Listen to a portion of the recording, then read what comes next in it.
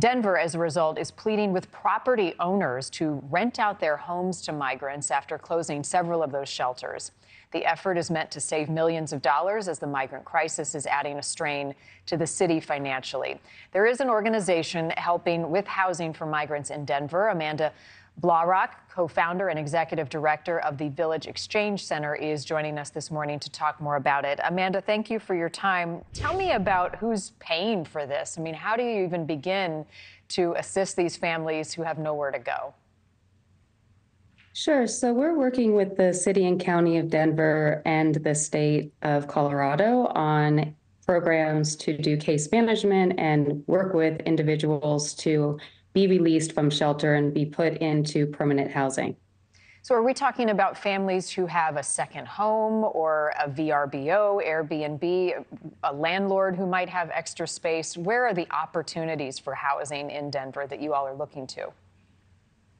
Since Colorado and the city of Denver has been working so strategically on housing the unhoused right now, there is a large shortage of affordable housing. So we're looking at landlords in large buildings, looking to some of the housing authorities and trying to find individual owners that might be willing to rent their space.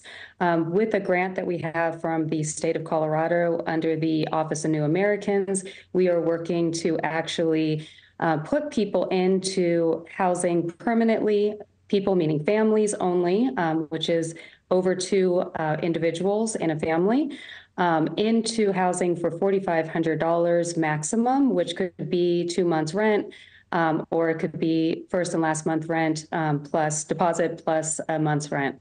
Okay, understood. And for those who are in a position to offer housing, have they been receptive to this?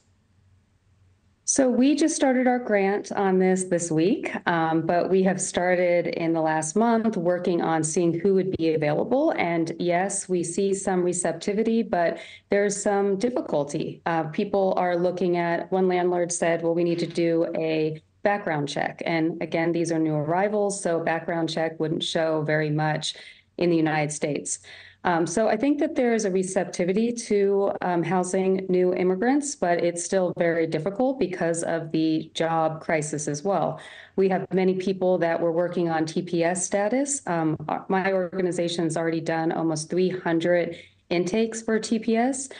So those are individuals that within the next 2 to 3 months will be able to actually have a job legally, which helps when you're having conversations with landlords about placing someone in their home, because after the support by the government, they're going to need to be able to do this on their own and pay rent on their own. Yeah, and for those who don't meet the requirements, if you're not a family of 2 or more, you don't have a job, what about everybody else as these shelters start to close? What's the plan then? So there are organizations working on temporary transitional housing. So that's where most of the people who are ineligible to receive the funding for permanent housing will be sent. What's the morale like in Denver as organizations like yours try to work through the challenges that now face your city with the migrant crisis? So it's difficult. I mean, just speaking for my organization, we're seeing up to 3,000 individuals, about 650 families per week. That's a lot of people coming into our organization for food. We have a vaccination clinic and we do wraparound services.